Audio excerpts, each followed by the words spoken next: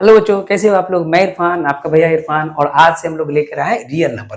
Real number में हम क्या देखेंगे कि जो आज का क्लास होगा वो यूक्लिड डिवीजन लेमा, इसका यूज कैसे करेंगे। वो यूक्लिड डिवीजन लेमा का यूज जो आएगा वो देखेंगे। इस टाइप का जो क्वेश्चन है, अब मैं आपको पहले बता दें, इस टाइप का क्वेश्चन को एनसीईआरटी ने रिमूव कर दिया, लेकिन अभी भी आरएस अग्रवाल में है।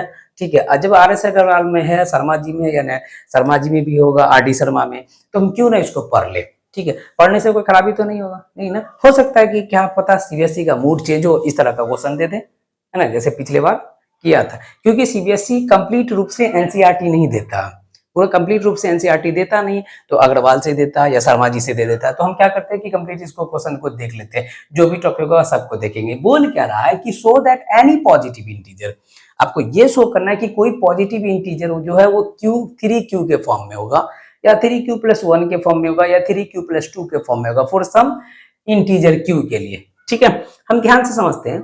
एक चीज समझिएगा कि ये बोल क्या रहा है, ये 3q क्या है। इसका मतलब कोई एक नंबर होगा, ए कोई नंबर होगा, ठीक है, जिसको 3 से डिवाइड करेंगे ना तो कंप्लीटली रूप से डिविजिबल हो जाएगा, क्योंकि q जो है वो क्वोशिएंट को शो करेगा, और ये 3 जो है वो डिविजर हो जाएगा, ए कोई डिविडेंट होगा, या ना तो वो 3 से डिविजल कंप्लीटली डिविजिबल होगा तो 1 उसका रिमाइंडर बच जाएगा, या ना तो 1 रिमाइंडर नहीं बचेगा तो 2 बच सकता। ऐसा बोल रहा, ध्यान से देखिएगा।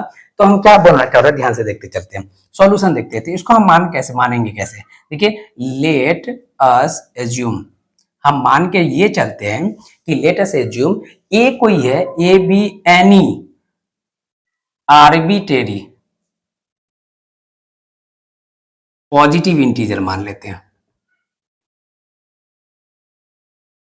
ए को कोई आर्बिट्रेरी पॉजिटिव इंटीजर मान लेते हैं, ठीक है, मान लिए, कोई दिक्कत नहीं। ठीक है, ऑन डिवाइडिंग ए बाय 3, ए को हम क्या कर रहे हैं, 3 से डिवाइड कर रहे हैं, तो कोई दिक्कत नहीं। क्यू बी द क्वाइसेंट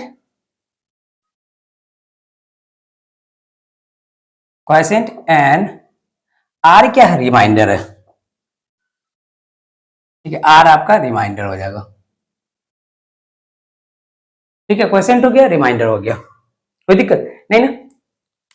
अब जरा सा ध्यान से देखिए, तो बाय यूजिंग, अब यहाँ से ध्यान से देखिए, ये आपका ये तो हो गया, 3 हो गया ना। अब जब आपको पता है, आपको क्या पता है कि हम लोग जानते हैं, वी नो दैट, यहाँ से एक चीज ध्यान देखते देखिएगा, वी नो दैट, या फिर सीधे सीधे लगाइए ना, Euclid division lemma, Euclid division lemma, Euclid division lemma क्या कहता है इसे, यूक्लिड डिवीजन लेमा क्या कहता है कि a equal to B Q plus R होता है ना, 0 less than equal to R, R less than B, कि अगर b का वैल्यू 3 है, b आपका 3 हो गया, तो r आपका क्या होगा, 0 1 एंड 2 होगा, 0 1 और 2 होगा, ये ना होगा, 0 1 एंड 2 होगा, यही तीन हो सकता है। ठीक है, नाउ क्या करें, now when R equal to 0, तो ए इक्वल टू क्या हो जाएगा, B Q plus R, 0 less than R, R less than B, तो यहां से ए इक्वल टू क्या हो जाएगा, 3q+0, यानी आपका हो जाएगा ए इक्वल टू 3q, पहला आपका प्रूफ।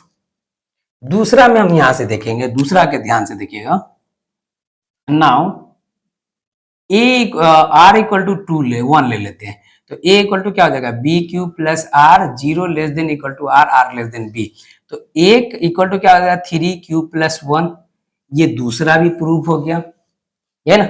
नाउ क्या कर रहे हैं, नाउ आर इक्वल टू 2, तो ए इक्वल टू क्या हो जाएगा, बी क्यू प्लस आर, ठीक है, यहां से देखिए तो ए इक्वल टू क्या होगा, 3q+2, यही है कि नहीं है, यही तो प्रूव करना था, यही प्रूव करना था ना, प्रूव यही करना था।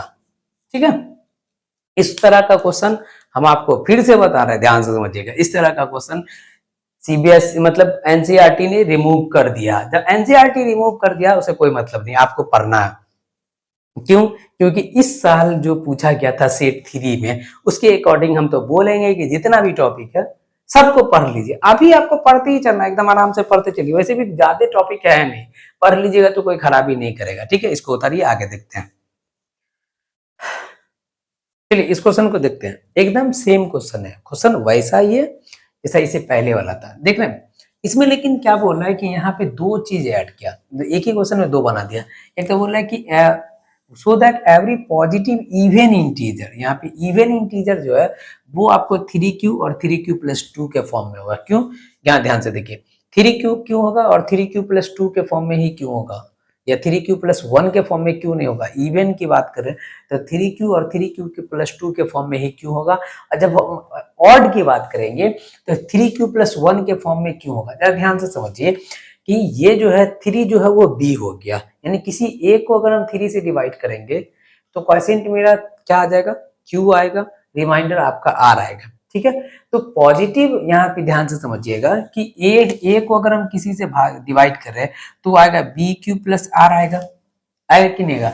जैसे हम b की बात कर लिए 3, तो r जो होगा वो 0 1 2 होगा, ये होगा कि नहीं होगा? अभी आप इसको सिर्फ समझिए, अभी हम बना नहीं रहे, सिर्फ समझा रहे हैं कि 0 आर अगर देखिए a = BQ+R होगा।